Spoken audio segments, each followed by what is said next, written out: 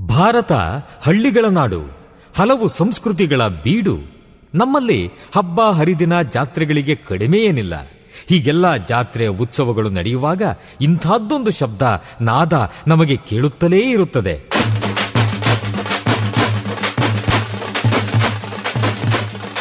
ಒಮ್ಮೊಮ್ಮೆ ಹೊಸ ಉತ್ಸಾಹ ಬಡಿದೆಬ್ಬಿಸುವ ನಾದ ವೈಭವ. ಇದು ತಮಟೆಯ ಸದ್ದು, ಡೊಳ್ಳಿನ ಸದ್ದು. ಇವು ಮೇಳೈಸಿದಾಗ ಒಮ್ಮೆಲೆ ಒಗ್ಗೂಡುತ್ತವೆ ನಮ್ಮ ಮೈಮನಗಳು. ಇದು ಗ್ರಾಮೀಣ ಸಂಸ್ಕೃತಿ. ಇಲ್ಲಿ ಇಲ್ಲ ಯಾವುದೇ ಇತಿಮಿತಿ. ಕಾಲುಗಳು ಕುಣಿಯುತ್ತವೆ, ಹೃದಯ ಸಂಭ್ರಮಿಸುತ್ತದೆ. ಕರ್ನಾಟಕದ ವೈಶಿಷ್ಟ್ಯ ನಿಮ್ಮ ಸಮುದಾಯ ರೇಡಿಯೋನಲ್ಲಿ. Radio active 90.4 megahertz. ಕೇಳಿ ರೇಡಿಯೋ ಆಕ್ಟಿವ್, ಆಗಿ ಆಕ್ಟಿವ್ ಆಕ್ಟಿವ್ ಆಕ್ಟಿವ್. ನಮಸ್ಕಾರ ಸ್ನೇಹಿತರೆ, ನೀವು ಕೇಳ್ತಾ ಇದ್ದೀರಾ ಬೆಂಗಳೂರಿನ ಮೊಟ್ಟ ಮೊದಲ ಸಮುದಾಯ ಬಾನುಲಿ ಕೇಂದ್ರ 90.4 ಕಂಪನಾಂಕಗಳ ರೇಡಿಯೋ ಆಕ್ಟಿವ್. ಇದು department of media studies, Jain deemed to be university. ನಾನು ನಿಮ್ಮೊಂದಿಗಿರುವ ರೇಡಿಯೋ ಗೆಳತಿ ಆಶಾ ಅಂತ ಹೇಳ್ತಾ ಇಂದಿನ ನಮ್ಮ ಚಾಲಕರ ಶೋ ಕಾರ್ಯಕ್ರಮಕ್ಕೆ ತಮ್ಮೆಲ್ಲರಿಗೂ ಆತ್ಮೀಯವಾದ ಸ್ವಾಗತ, ಸುಸ್ವಾಗತ. ಸ್ನೇಹಿತರೆ, ಇಂದಿನ ನಮ್ಮ ಚಾಲಕರ ಶೋ ಕಾರ್ಯಕ್ರಮದಲ್ಲಿ ಏರ್ಪೋರ್ಟ್ರಲ್ಲಿ ಕಾರ್ ಡ್ರೈವರ್ ಆದಂತಹ ಅನಿತಾ ಅವರು ನಮ್ಮೊಟ್ಟಿಗಿದ್ದಾರೆ. ಸ್ನೇಹಿತರೆ, ಹಾಗಾದರೆ ಅನಿತಾ ಅವರು ನೈಟ್ ಓಡಿಸೋದ್ರಿಂದ ಅವ್ರಿಗೆ ಏನೆಲ್ಲ ಪ್ರಾಬ್ಲಮ್ಸ್ನ ಫೇಸ್ ಮಾಡ್ತಾರೆ, ಹಾಗೆ ಅವ್ರ ಲೈಫ್ ಜರ್ನಿ ಯಾವ ರೀತಿ ಇದೆ, ಏರ್ಪೋರ್ಟಲ್ಲಿ ನೈಟ್ ಓಡಿಸ್ಬೇಕಾದ್ರೆ ಎಷ್ಟು ಕಷ್ಟ ಎದುರಾಗುತ್ತೆ, ಅವರು ಒಂದು ಮಹಿಳೆ ಆಗಿರೋದ್ರಿಂದ ಯಾವ ರೀತಿ ಒಂದು ಪ್ರಿಕಾಷನ್ಸ್ನ ಇಟ್ಕೊಂಡಿರ್ತಾರೆ ಕಾರಲ್ಲಿ, ಎಲ್ಲವನ್ನು ತಿಳಿಸ್ಕೊಡೋದಕ್ಕೆ ರೆಡಿ ಇದ್ದಾರೆ ಸ್ನೇಹಿತರೆ. ಹಾಗಾದರೆ ಏನೆಲ್ಲ ತಿಳಿಸ್ಕೊಡ್ತಾರೆ ಅಂತ ಅವರನ್ನೇ ಕೇಳಿ ಬರೋಣ. ಬನ್ನಿ ಸ್ನೇಹಿತರೆ. ಅನಿತಾ ಅವರೇ, ಕಾರ್ಯಕ್ರಮಕ್ಕೆ ಸ್ವಾಗತ. ನಮಸ್ಕಾರ ಮ್ಯಾಮ್, ನನ್ನ ಹೆಸರು ಅನಿತಾ ಅಂತ. ಹೇಳಿ ಮ್ಯಾಮ್. ಓಕೆ, ಮೊದಲನೇದಾಗಿ ತಮ್ಮ ಇಂಟ್ರೊಡ್ಯೂಸ್ ಮಾಡ್ಕೊಡಿ. ನನ್ನ ಹೆಸರು ಅನಿತಾ ಅಂತ. ನಾನು ಏರ್ಪೋರ್ಟ್ ಅಲ್ಲಿ ಕ್ಯಾಬ್ ಡ್ರೈವರ್ ಕೆಲಸ ಮಾಡ್ತೀನಿ. ಇದಕ್ಕಿಂತ ಬಿಫೋರ್ ಆಗಿ ನಾನು MNC ಅಲ್ಲಿ ಕ್ಯಾಬ್ ಡ್ರೈವರ್ ಕೆಲಸ ಮಾಡ್ತಿದ್ದೆ. ಓಕೆ, ಈಗ ಬಂದು 2 years ಇಂದ ನಾನೀಗ ಏರ್ಪೋರ್ಟ್ ಅಲ್ಲಿ ಕ್ಯಾಬ್ ಡ್ರೈವರ್ ಮಾಡ್ತಿದ್ದೀನಿ. ಈಗ ಪ್ರೆಸೆಂಟ್ ಆಗಿ ನೈಟ್ ಡ್ರೈವರ್ ಆಗಿ ನಾನು ಡ್ರೈವ್ ಮಾಡ್ತಾ ಇದ್ದೀನಿ ಮ್ಯಾಮ್. ಓಕೆ ಓಕೆ ಅನಿತಾ ಅವರೇ, ಅಂದ್ರೆ ಡ್ರೈವಿಂಗ್ ಫೀಲ್ಡ್ಗೂ ಮುಂಚೆ ಏನ್ ಮಾಡ್ತಾ ಇದ್ರಿ ನೀವು? ಕ್ಯಾಟ್ರಿಂಗ್ ಮಾಡ್ತಿದ್ದೆ ಮ್ಯಾಮ್. ಕ್ಯಾಟ್ರಿಂಗ್ ಫುಡ್ ಪ್ರಿಪೇರ್ ಮಾಡ್ತಿದ್ದೆ. ಓಕೆ, ಪಬ್ಲಿಕ್ ಟಿವಿಗೆ ಮತ್ತೆ ಕಮರ್ಷಿಯಲ್ ಟ್ಯಾಕ್ಸ್ ಆಫೀಸ್ಗೆ ಎರಡಕ್ಕೂ ನಾನು ಫುಡ್ ಸಪ್ಲೈ ಮಾಡಿದೆ. ಒಂದು 1 year 1.5 year. ಓಕೆ, ನನ್ ವರ್ಕೌಟ್ ಆಗ್ಲಿಲ್ಲ. ಮತ್ತೆ ನಾನು ಒಬ್ಳೆ ಆಗ್ಬಿಟ್ಟೆ. ಐಟಮು ನಾನೇ ಪ್ರಿಪೇರ್ ಮಾಡ್ಬೇಕು, ತಗೊಂಡೋಗ್ಬೇಕು, ಸರ್ವ್ ಮಾಡ್ಬೇಕು, ಮತ್ತೆ ಬರ್ಬೇಕು. ತುಂಬಾ ಕಷ್ಟ ಆಯ್ತು. ಅದ್ ಬಿಟ್ಟು ಯಾಕಂದ್ರೆ ಅದು ಮಾಡ್ಬೇಕಾದ್ರೆ ನಾನು ಡ್ರೈವಿಂಗ್ ಕಲ್ತ್ಬಿಟ್ಟಿದ್ದೆ ನಾನು. ಯಾಕಂದ್ರೆ ನಂದು ಓಮ್ನಿ ಇತ್ತು. ಅದ್ ಐಟಮ್ ತರೋದು ಬರೋದು ಮಾಡ್ತಿದ್ದಲ್ಲ, ಆ ಬೇಸಿಕ್ ಮೇಲೆ ನಾನು ಡ್ರೈವಿಂಗ್ ಕಲ್ತಿದ್ದಕ್ಕೆ ಈ ಫೀಲ್ಡ್ ಬಂದೆ ಮ್ಯಾಮ್. ಓಕೆ ಅನಿತಾ ಅವರೇ, ಈಗ ನೀವು ಈ ಡ್ರೈವಿಂಗ್ ಫೀಲ್ಡ್ಗೆ ಬರೋದಕ್ಕೆ ಕಾರಣ ಏನು? ಮೇಡಮ್, ಮಾಮೂಲಿ ಎಲ್ಲರಿಗೂ ನಾರ್ಮಲ್ ಇದ್ದಂಗೆ ನಮಗೂ ಮನೆಯಲ್ಲಿ ಪ್ರಾಬ್ಲಮ್ ಇತ್ತು. ಮಕ್ಳು ಓದ್ತಾ ಇದ್ರು. ಓಕೆ, ಫಿನಾನ್ಸ್ ಪ್ರಾಬ್ಲಮ್ ಮೇನ್ ಬಂದ್ಬಿಟ್ಟು ನಮ್ಮ ಮನೆಯವ್ರು ಒಬ್ಬರೇ ದುಡಿತಿದ್ದಾರೆ. ಸಾಕಾಗ್ತಿರ್ಲಿಲ್ಲ. ಮಕ್ಳು 3 ಜನ ಇದಾರೆ. ಎಲ್ಲಾರು ಡಿಗ್ರಿ ಬಂದಿದ್ದಾರೆ, ಓದಿಸ್ತಾ ಇದೀವಿ. ಓಕೆ, ಒಬ್ಬೊಬ್ರಿಗೂ ವರ್ಷಕ್ಕೆ ಮಿನಿಮಮ್ ಅಂದ್ರೆ 1.5-2 ಲಕ್ಷ ಖರ್ಚಾಗುತ್ತೆ. ಇದರಿಂದ ಬೇಸಿಕ್ ಇಲ್ಲ. ನಾನು ಕ್ಯಾಟ್ರಿಂಗ್ ಮಾಡಿದೆ, ನಂಗೆ ಸಕ್ಸಸ್ ಆಗಿಲ್ಲ. ಅಂದ್ರೆ ಒಬ್ಳೆ ಆಗ್ಬಿಟ್ಟೆ, ನನ್ ಕೈಲಿ ಆಗ್ಲಿಲ್ಲ ಅಂತ ಈ ಡ್ರೈವಿಂಗ್ ಫೀಲ್ಡ್ ಬಂದೆ. ಓಕೆ, ಇದು ಬಂದು MNC ಮಾಡಿದಾಗ ಅದು ಒಂಥರ ಇತ್ತು. ಆದ್ರೆ ಏರ್ಪೋರ್ಟ್ ಬಂದ್ಮೇಲೆ ನಮ್ ಸ್ವಲ್ಪ ಲೈಫ್ ಸ್ಟೈಲ್ ಚೇಂಜ್ ಆಯ್ತು. ಸ್ವಲ್ಪ ಕಷ್ಟಪಟ್ಟು ದುಡಿಯೋದ್ರಿಂದ ನಮ್ ಪ್ರಾಬ್ಲಮ್ಸ್ ಎಲ್ಲ ಸಾಲ್ವ್ ಮಾಡ್ಕೊಂಡ್ ಬರ್ತಾ ಇದೀನಿ ನಾನು. ನೀವು ಪಿಂಕ್ ಕ್ಯಾಬ್ ಓಡಿಸೋದು ಅಥವಾ ಬೇರೆ ಯಾವ್ದಾದ್ರು company? Pink cab ma'am. Pink ಕ್ಯಾಬೇ ಅಂದ್ರೆ ಕಂಪ್ನಿಗಳು ಚೇಂಜ್ ಇರುತ್ತಾ? ನಾವು ಡೈರೆಕ್ಟ್ KSBC ಇಂದ ವರ್ಕ್ ಮಾಡ್ತಾ ಇದೀವಿ ಮ್ಯಾಮ್. ನಮ್ KSBC ಅಂಡರ್ ಅಲ್ಲಿ ನಾವು ಕೆಲಸ ಮಾಡ್ತಾ ಇದೀವಿ ಮ್ಯಾಮ್. ಅವರು ಹೇಗೆ ನಿಮ್ಗೆ ಮಂತ್ಲಿ ಸ್ಯಾಲ್ರಿ ಕೊಡ್ತಾರಾ ಅಥವಾ ನೀವೇನು ದುಡ್ದಿರೋದು ಅದು ನೀವೇ ತಗೊಂಡು ಹೋಗ್ಬೋದಾ? ಯಾವ ತರ ಅದು? ಮ್ಯಾಮ್, ನಾವು ಫಸ್ಟ್ ಮಂತ್ಲಿ ಸ್ಯಾಲ್ರಿ ಮಾಡ್ತಿದೀವಿ. ಇವಾಗ KSBC ಅಂಡರ್ ಆಗಿ ನಾವು ಹೋಗಿರೋದಕ್ಕೆ ಓನರ್ ಕಮ್ ಡ್ರೈವರ್ ಆಗಿ ನಮ್ದೇ ಕ್ಯಾಬ್ ಓನರ್ ನಾವು ತಗೊಂಡ್ ಹೋಗ್ತೀವಿ, ಅಟ್ಯಾಚ್ ಮಾಡ್ತೀವಿ. ಅದು ಪರ್ ಮಂತ್ ಬಂದ್ಬಿಟ್ಟು ಬ್ಯಾಂಗ್ಳೂರ್ ಇಂಟರ್ನ್ಯಾಷನಲ್ ಏರ್ಪೋರ್ಟ್ ಬಂದ್ಬಿಟ್ಟು BL ಅಂದ್ಬಿಟ್ಟು ಅದಕ್ಕೆ ನಾವು ಪಾರ್ಕಿಂಗ್ ಚಾರ್ಜ್ ಅಂತ ಸಪರೇಟ್ ಕಟ್ತೀವಿ. ಮತ್ತೆ ನಾವು GST ಕಸ್ಟಮರ್ ಕೊಡ್ತಾರೆ ಅದ್ ಕಟ್ತೀವಿ. ಮತ್ತೆ ಪ್ರತಿ ಒಂದು ಟ್ರಿಪ್ಗೆ 71 rupees ಅಂತ ಪೇ ಮಾಡ್ತೀವಿ. ಅದ್ ಬಿಟ್ರೆ ನಾವ್ ಇನ್ನೇನ್ ಎಕ್ಸ್ಟ್ರಾ ಪೇ ಮಾಡಲ್ಲ ಮ್ಯಾಮ್. ನಾವ್ ದಿನಕ್ಕೆ ಮಿನಿಮಮ್ 3 ಡ್ಯೂಟಿ ಅಂತೂ ಮಾಡೇ ಮಾಡ್ತೀವಿ ಮ್ಯಾಮ್. ಓಕೆ, ಅಂದ್ರೆ ನೈಟ್ ಓಡಿಸೋದಕ್ಕೂ ಡೇ ಓಡಿಸೋದಕ್ಕೂ ಡಿಫ್ರೆಂಟ್ ಏನು ಮ್ಯಾಮ್? ಡೇ ಬಂದ್ಬಿಟ್ಟು ಎವ್ರಿ ಟ್ರಾಫಿಕ್. ಈಗ ನೋಡಿ, ನಾನು 7:45 ಪಿಕಪ್ ಮಾಡಿದೆ ಏರ್ಪೋರ್ಟ್ ಅಲ್ಲಿ. ಕಸ್ಟಮರ್ ಡ್ರಾಪ್ ಮಾಡಿದಾಗ 9:45, 2 hours ಆಯ್ತು ಎಲ್ಲಿ ಬೊಮ್ಮನಹಳ್ಳಿ ಡ್ರಾಪ್ ಮಾಡಕ್ಕೆ. 9:45 ಡ್ರಾಪ್ ಮಾಡಿ ನಾನ್ ಮನೆಗೆ ಬರಕ್ಕೆ 45 ಆಯ್ತು. ಹಾ ಹಾ ಈ ತರ ಒಂದು ಟ್ರಿಪ್ ಗೆ ಮಿನಿಮಮ್ ಅಂದ್ರೆ 4 to 5 hours ತಗೊಂತಾ ಇದೀವಿ. ಅದೇ ನೈಟ್ ಹೊತ್ತಲ್ಲಾದ್ರೆ ಓಕೆ ಬರೀ 1 hour ಹೋಗ್ತೀವಿ, 1 hour ಬರ್ತೀವಿ. ನಮ್ಗೆ 3 ಟ್ರಿಪ್ ಆದ್ರೂ ನಮ್ಗೆ ಸ್ವಲ್ಪ ಸ್ಟ್ರೈನ್ ಆಗಲ್ಲ. ಓಕೆ ನಮ್ ಮೈಂಡ್ ಆರಾಮಾಗಿ ಕೆಲಸ ಮಾಡ್ಕೊಂಡ್ ಬರ್ತೀವಿ ಮ್ಯಾಮ್. ಓಕೆ ಅಂದ್ರೆ ಅದಕ್ಕೋಸ್ಕರ ನೈಟೇ ನೀವು ಆಯ್ಕೆ ಮಾಡ್ಕೊಂಡಿದ್ದೀರಾ? ಈಗ ನಾನು ನೈಟ್ ಚೂಸ್ ಮಾಡ್ಕೊಂಡಿದೀನಿ. ಈಗ ಡೇ ಅಲ್ಲಿ ಇಷ್ಟೊತ್ತಾಗಿ ಇವಾಗ ಬಂದು ನಾನು ಮಲ್ಕೊಂಡು ಫ್ರೆಶ್ ಅಪ್ ಆಗಿ ಮತ್ತೆ ಸಂಜೆ 7 ಗಂಟೆ ಮೇಲೆ ಎದ್ದು ಮತ್ತೆ ಊಟ ಗೀಟ ಮಾಡ್ಕೊಂಡು ಕಾರ್ ವಾಶ್ ಮಾಡ್ಕೊಂಡು ನಾನು ಮನೆ 8 ಗಂಟೆ ಬಿಟ್ರು 10 ಗಂಟೆಗೆ ಇಟ್ಬಿಟ್ಟು ಹೋಗ್ತೀನಿ. ಓಕೆ 10 ಗಂಟೆಯಿಂದ ನಾಳೆ ಬೆಳಿಗ್ಗೆ 7 ಗಂಟೆ ಒಳಗಡೆ ಎಷ್ಟಾಗುತ್ತೋ ಅಷ್ಟು ಮಾಡ್ತೀವಿ ಅಷ್ಟೇ ಮ್ಯಾಮ್. ಒಂದೊಂದ್ ದಿನ 3 ಆಗ್ಬೋದು, 4 ಆಗ್ಬೋದು, 2 ಆಗ್ಬೋದು, ಹೇಳಕ್ಕಾಗಲ್ಲ. ಹಾ ಹಾ ಕ್ಲೈಂಟ್ಸ್ ಹಿಂಗ್ ಬರುತ್ತೆ. ಮತ್ತೆ ನಮ್ಗೆ ನಮ್ ತರನೇ ಬೇರೆ ಲೇಡೀಸ್ ಕಸ್ಟಮರ್ ಕ್ಯಾಬ್ ಡ್ರೈವರ್ಗಳು ಇದಾರೆ. ಓಕೆ ಆತರ ಎಲ್ಲ ನಾವ್ ಬಂದು ಕ್ಯೂ ಅಲ್ಲಿ ನಿಂತ್ಕೊಬೇಕು. ಒನ್ ಬೈ ನಾವು ಅರೈವಲ್ ಹೋಗ್ಬೇಕು. ಅತ್ತ ಹೋಗಿ ಒಂದೊಂದೊಂದು ನಾವು ಕ್ಯಾಬ್ ಮೂವ್ ಮಾಡಿದ್ಮೇಲೆ ನಾವು ಬೇರೆ ಹೋಗ್ತೀವಿ. ಆ ಏರಿಯಾ ಏನ್ ಡಿಪೆಂಡ್ ಇರುತ್ತೆ ಟೈಮಿಂಗ್ಸ್, ಟ್ರಾಫಿಕ್ಸ್. ಒಂದೊಂದ್ ಟೈಮ್ ಇವಾಗ ನೈಟ್ ಟ್ರಾಫಿಕ್ ಇಲ್ಲ ಅಂತಲ್ಲ, ನೈಟ್ 2 ಗಂಟೆವರೆಗೂ ಟ್ರಾಫಿಕ್ ಇರುತ್ತೆ ಬೆಂಗಳೂರಲ್ಲಿ ಇವಾಗ. ಓಕೆ ಹೌದು. ಮೊದಲ ತರ ಟ್ರಾಫಿಕ್ ಇಲ್ಲ ಅನ್ನಂಗೆ ಇಲ್ಲ, 2 ಗಂಟೆ ನೈಟ್ ವರೆಗೂ ಟ್ರಾಫಿಕ್ ಇರುತ್ತೆ. ಓಕೆ ಆದ್ರೂ ನಮ್ಗೆ ಅಷ್ಟು ಕಷ್ಟ ಅನ್ಸ್ತಿಲ್ಲ, ಎವ್ರಿ ಟ್ರಾಫಿಕ್ ಅನ್ಸ್ತಿಲ್ಲ, ನಮ್ಗೆ ಸ್ಟೇನ್ ಆಗ್ತಿಲ್ಲ. 2 ಅವರ್ ಹೋಗೋದು 3 ಅವರ್ ಹೋಗೋದು ಡೇ ಅಲ್ಲಿ. ಬರೀ ನೈಟ್ ಹೊತ್ತಲ್ಲಿ ಎನಿ ನಾವು ಡಿಸ್ಟೆನ್ಸ್ ತಗೊಂಡ್ರು ಲಾಂಗ್ ಅಂದ್ರೂ 1 ಅವರ್ ರೀಚ್ ಆಗ್ತೀವಿ, 1 ಅವರ್ ರಿಟರ್ನ್ ಬರ್ತೀವಿ. ನಮ್ ಪಿಕಪ್ ಇಲ್ಲ ಅಂದ್ರೆ 1 ಅವರ್ ಎಷ್ಟು ತಗೊಂತೀವಿ ಮ್ಯಾಮ್. ಓಕೆ ಓಕೆ ಅನಿತಾ ಅವರೇ, ಈಗ ನೈಟ್ ಓಡಿಸೋದು ವುಮೆನ್ಸ್ ಅಂದರೆ ನಾಟ್ ಈಸಿ ಅಲ್ವಾ? ತುಂಬ ಧೈರ್ಯ ಇರಬೇಕು. ಹಾಗಾಗಿ ನಿಮಗೆ ನಿಮ್ಮ ಒಂದು ಇದರಲ್ಲಿ ಯಾವ ಥರ ನೀವು ಅಂದರೆ ತುಂಬ ಧೈರ್ಯ ಇದೆಯಾ, ಅಥವಾ ಏನಾದರೂ ಪ್ರಾಬ್ಲಮ್ಸ್ ಆದರೆ ಫೇಸ್ ಮಾಡೋ ಒಂದು ಕೆಪಾಸಿಟಿ ಇದೆಯಾ, ಯಾವ ರೀತಿ? ಮ್ಯಾಮ್ ಇದುವರೆಗೂ ನಮ್ಗೆ ಒಂದ್ಸರಿನೂ ಪ್ರಾಬ್ಲಮ್ ಇಲ್ಲ. ಆದ್ರೆ ಒಂದ್ಸರಿ ಪ್ರಾಬ್ಲಮ್ ಅಂತ ನೀಗ್ರೂಸ್ ಇಲ್ಲ, ಏರ್ಪೋರ್ಟ್ ಇಂದ ಪಿಕಪ್ ಮಾಡಿದೆ. ಓಕೆ ಅವ್ರದೇ ಮೊಬೈಲ್ ಅಲ್ಲಿ ಲೊಕೇಶನ್ ಹಾಕೊಟ್ರು. ಅದು ಯಲಹಂಕ ನೋಡಿಸ್ತಿದ್ದು. ಆ ಯಲಹಂಕದಲ್ಲಿ ಆ ಏರಿಯಾನೇ ಇಲ್ಲ, ಆದ್ರೂ ಅವ್ರು ಹಾಕೊಟ್ರು. ಡೌಟ್ ಬಂತು, ಆದ್ರೂ ಕರ್ಕೊಂಡ್ ಹೋದೆ. ಮತ್ತೆ ಅಲ್ಲಿಂದ ಅವರು ರಿಟರ್ನ್ ಇಚ್ಚಲ ಬರ್ಬೇಕು ಅಂದ್ರು, ಮತ್ತೆ ಅಲ್ಲಿ ಕರ್ಕೊಂಡ್ ಬಂದೆ. ಅಲ್ಲಿ ಅವ್ರಿಬ್ಬರನ್ನ ಫೋನ್ ಮಾಡಿ ಜೆಂಟ್ಸ್ ಲೇಡೀಸ್ ನ ಕರ್ಸಿ ನೀನ್ ಎಲ್ಲೆಲ್ಲೋ ಕರ್ಕೊಂಡ್ ಬಂದಿದ್ದೀನಿ ಅಂತ ನನಗೆ ಬ್ಲೇಮ್ ಮಾಡಿದ್ರು. ನಾನ್ ತಕ್ಷಣ ಏನ್ ಮಾಡಿದೆ, 112 ಗೆ ಫೋನ್ ಮಾಡಿದೆ ಪೊಲೀಸ್ಗೆ. ತಕ್ಷಣ ನನಗೆ ಅವರು ಲೈನ್ ಬಂದು ನೀವೇನು ಧೈರ್ಯ ಭಯ ಬಿಡ್ಬೇಡಿ, ನಾವ್ ಇರ್ತೀವಿ, ನೀವು ಅವ್ರ ಹತ್ರ ಮಾತಾಡಿ ಅಂದ್ರು.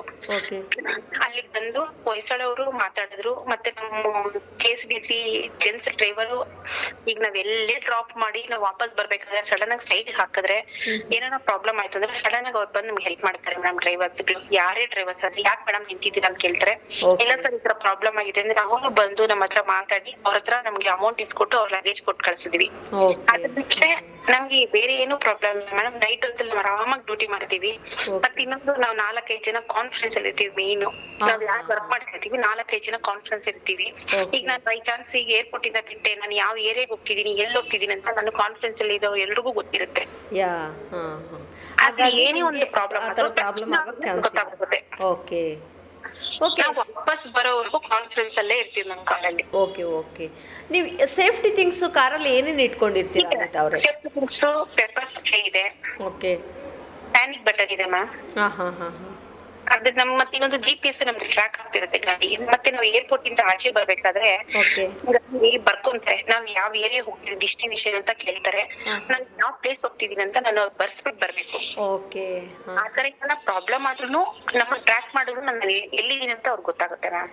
ಓಕೆ ಓಕೆ ನಿಮ್ಮ ಲೈಫ್ ಸ್ಟೈಲ್ ಚೇಂಜ್ ಆಯಿತು ಏರ್ಪೋರ್ಟ್ಗೆ ಹೋದ್ಮೇಲೆ ಅಂತ ಹೇಳಿದ್ರಿ. ಡ್ರೆಸ್ಸಿಂಗ್ ಸೆನ್ಸು ಇದೆಲ್ಲ ಯಾವ ಥರ? ಈಗ ಯಾಕಂದರೆ ಸಾಕಷ್ಟು ಜನ ನಾವು ಲೇಡಿ ಥರ ಇರಬಾರ್ದು ಅನ್ನೋ ಥರ ಬಾಯ್ ಕಟ್ ಎಲ್ಲ ಮಾಡ್ಕೊಂಡಿರ್ತಾರೆ. ನಿಮ್ಮ ಸ್ಟೈಲ್ ಯಾವ ಥರ?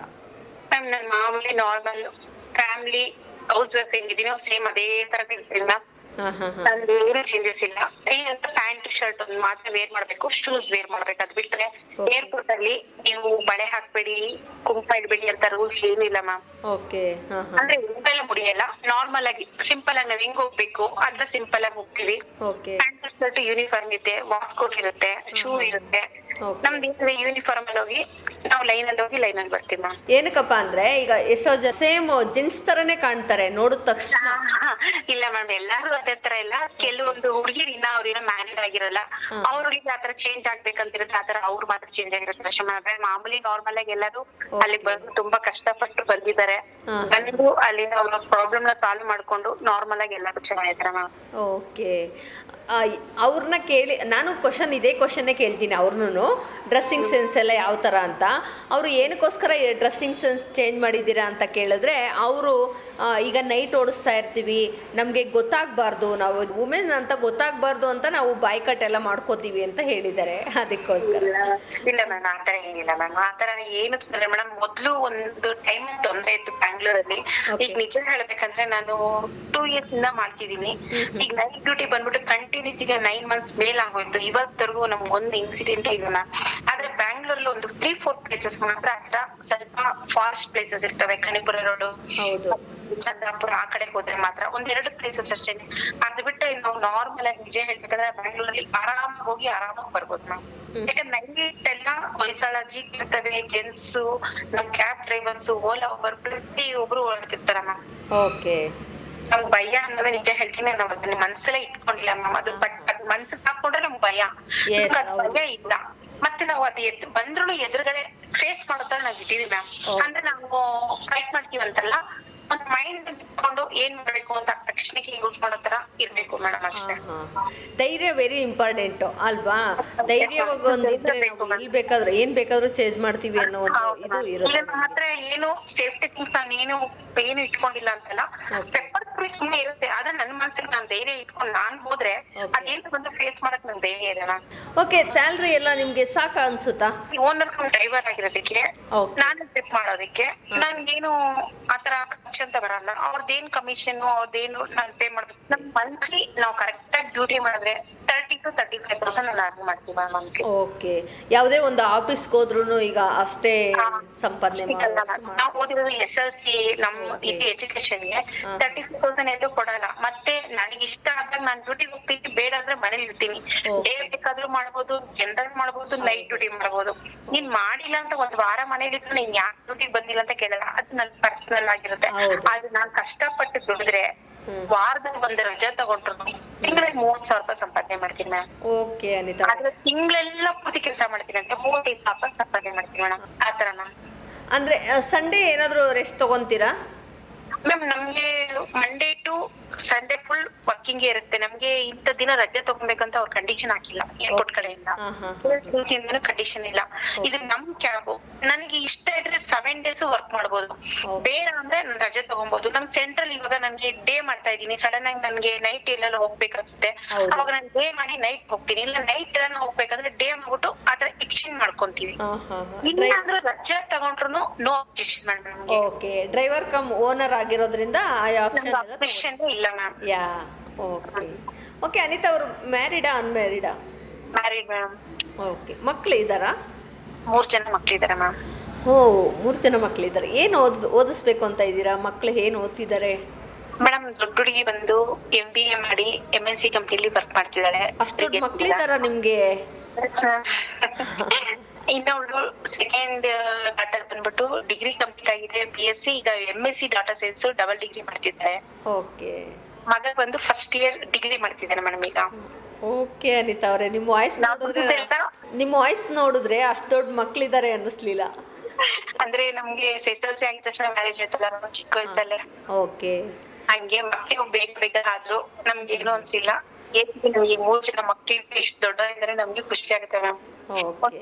ಮಕ್ಳು ಏನಕ್ಕಪ್ಪ ಮಾಡ್ಕೊಳ್ಳಿ ಅನ್ಸುತ್ತೆ. ನಿಜ ಹೇಳ್ತೀವಿ, ಇವತ್ತು ಮಕ್ಳಿಗೆ ಬೇಡ ಅನ್ಬಾರ್ದು, ಮಕ್ಳು ಇರ್ಬೇಕು ಮ್ಯಾಮ್. ಹೌದು, ಆ ಮಕ್ಳಿಂದ ನಮ್ಗೆ ತುಂಬಾ ಖುಷಿ ಆಗ್ತದೆ. ನಿಮ್ಗೂ ಕೂಡ ಎಲ್ಲೋ ಒಂದ್ ಕಡೆ ಏನೋ ಒಂದು ಸಾಧನೆ ಮಾಡೋಷ್ಟು ಫೀಲ್ ಬರುತ್ತಲ್ವಾ, ಮಕ್ಕಳಿಗೋಸ್ಕರ ಮಾಡ್ತಾ ಇರೋದು. ಹೌದು ಮ್ಯಾಮ್, ನಿಜ ಮ್ಯಾಮ್. ಆ ಮಕ್ಳು ಅದೇ ತರ ಹೋಗ್ತಾ ಇದಾರೆ, ನಮ್ಗೆ ಅದೇ ಖುಷಿ ಮ್ಯಾಮ್. ನಮ್ಗೆ ಇವಾಗ ಇಷ್ಟ ಕಷ್ಟಪಟ್ಟಿದ್ದಕ್ಕೂ ನಮ್ಗೊಂದ್ ಬೆಲೆ ಇದೆ, ನಮ್ಗೆ ಅದಕ್ಕೊಂದ್ ಸಾರ್ಥಕತೆ ಇದೆ, ನಮ್ಗೆ ಅಷ್ಟೇ ಖುಷಿ ಮ್ಯಾಮ್. ಓಕೆ, ಹಸ್ಬೆಂಡ್ ಎಲ್ಲ ಹೇಗ್ ಸಪೋರ್ಟ್ ಇದೆ ನಿಮ್ಗೆ? ಮೇಡಮ್, ಅವರು ಸಪೋರ್ಟ್ ಮಾಡ್ತಾರೆ.